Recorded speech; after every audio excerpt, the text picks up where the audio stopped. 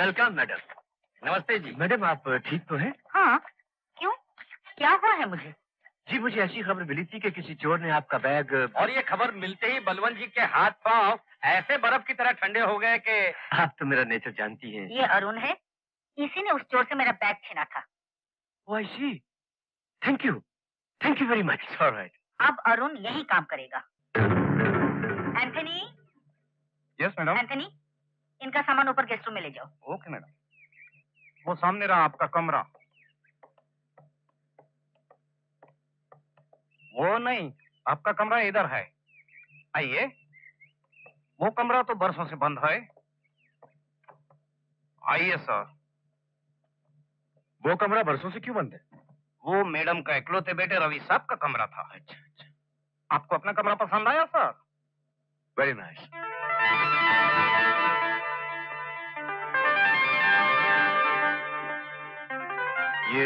ये बोतल? वो लगता है सर पिछले हफ्ते मैडम का कुछ गेस्ट आया था, उनकी होगी। लाइए। सर आपको किसी चीज का जरूरत हो तो घंटी बजा दीजिएगा। Thank you. You are most welcome sir.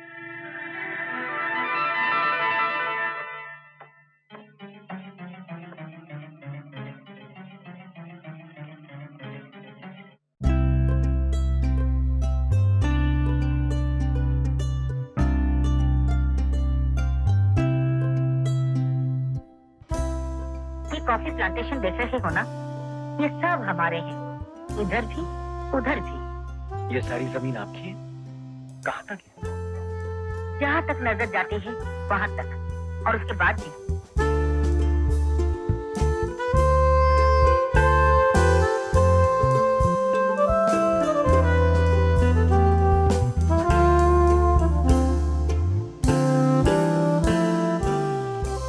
आइए। आओ। Good morning. Good morning madam. Morning madam. Morning madam. ये लो। मैडम एक चेक और। ओफो, तुम लोगों ने मुझे दस्तखत करने की मशीन समझ रखा है। चलो लो। Excuse me madam, coffee sheets processing के लिए जो हम नया प्लांट लगा रहे हैं उसका ब्लूप्रिंट तैयार हो गया है। आप अगर एक नजर से देख लेती तो। Oh sure.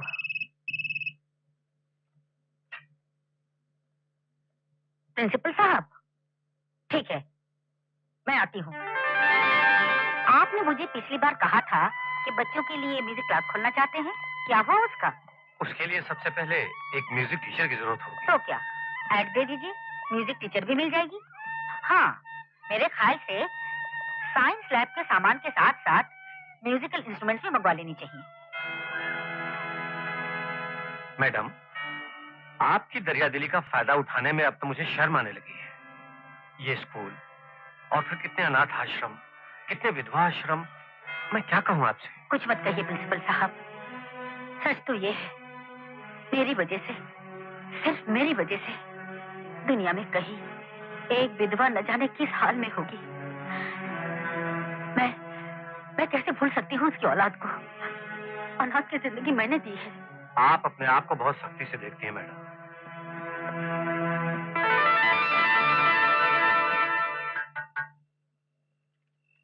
हाँ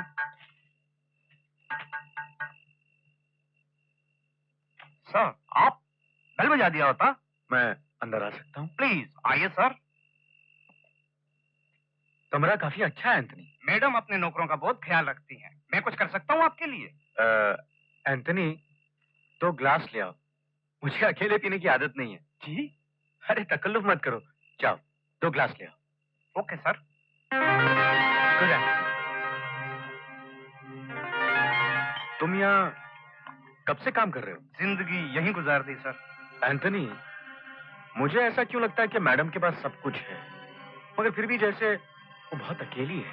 आप ठीक समझा है साहब। उनके बेटे का गुजरने के बाद जो भी हुआ, मैडम उसका दुख आज भी अपने दिल पर लिए बैठी है। चीयर्स। चीयर्स। क्या हुआ था? मैडम के बेटे की जिंदगी में एक लड़की थी, मगर ये बात मैडम नहीं जानती थी।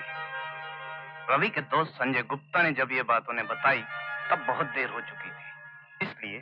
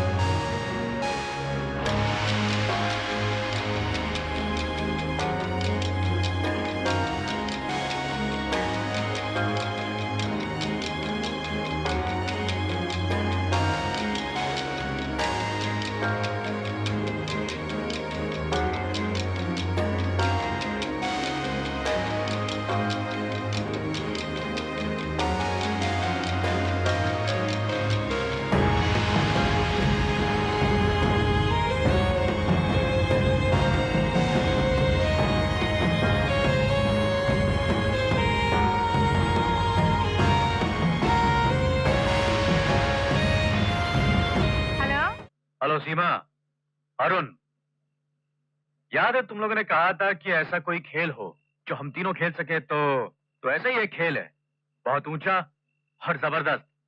कहो, मिलना है? जरूर, क्यों नहीं। बॉस, अरुण का फोन है। कौन अरुण? वो ओह, मिलना चाहता है। आने दो रॉबर्ट, बता। अकोडिया बिल्डिंग। अकोडिया बिल्डिंग।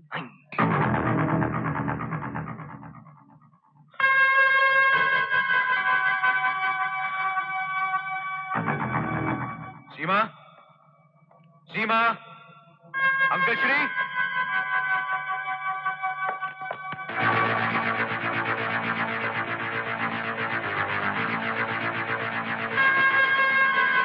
हेलो,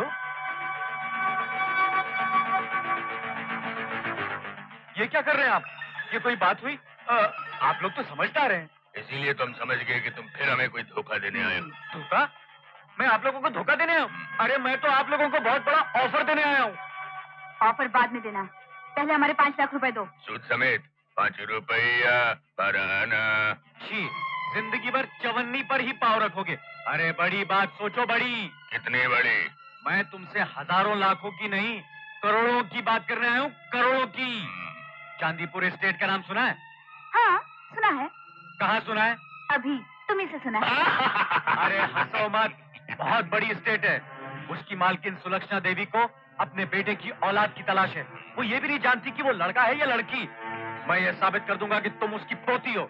करोड़ों की जायदाद है, 50-50। एक मिनट।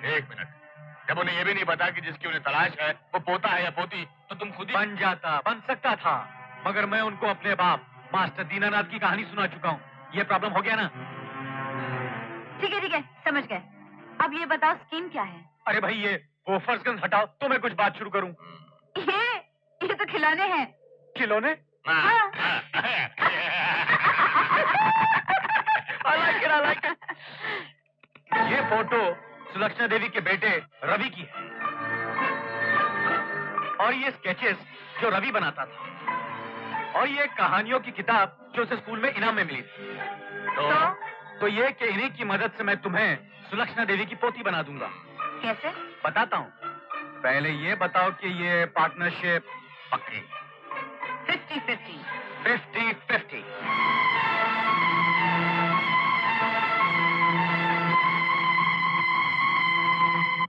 36-4-40, 40-2-42, 42-3-35, नहीं 45 और। बस मुगलाल जी। हाँ भैया, बोलो क्या बात है? बात तो मैं बाद में बताऊंगा, पहले आप तमीज सीखिए और खड़े होकर बात कीजिए। चलिए उठिए। Good, very good. अब ये बताइए, एंथनी तो लंबी छुट्टी पर चला ही गया है, आपने दूसरे बटलर का इंतजाम किया कि नहीं? हाँ, लोकल पेपर में ऐड तो दे दिया था। काफी दरखास्तें आई हैं और एक आदमी भी आया है। आया तो कहाँ है वो? वो वो है। ये बटलर बनेगा? हाँ, कई जगह बटलर रह चुका है, सर्टिफिकेट्स भी हैं। मैंने सोचा बलवंत साहब से मिलवा दूंगा, अगर वो हाँ ठीक है। इधर आओ। कम यहाँ। मैं तुमसे कह रहा हूँ, इधर आओ।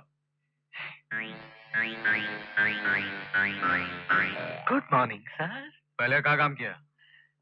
सर्टिफिकेट सर जी, सारी उम्र राजाओं महाराजाओं की अच्छा। खिदमत में। ये राजा महाराजा का रोब हम पर मत डालो।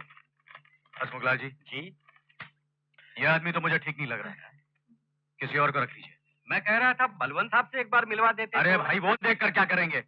मैंने तुमसे कह दिया ना। जाओ भाई, जाओ तुम। मैडम को स्कूल पहुंचाना था और वो अभी तक। सर जी, मैं जाऊं? नहीं, तुम रुको तुम।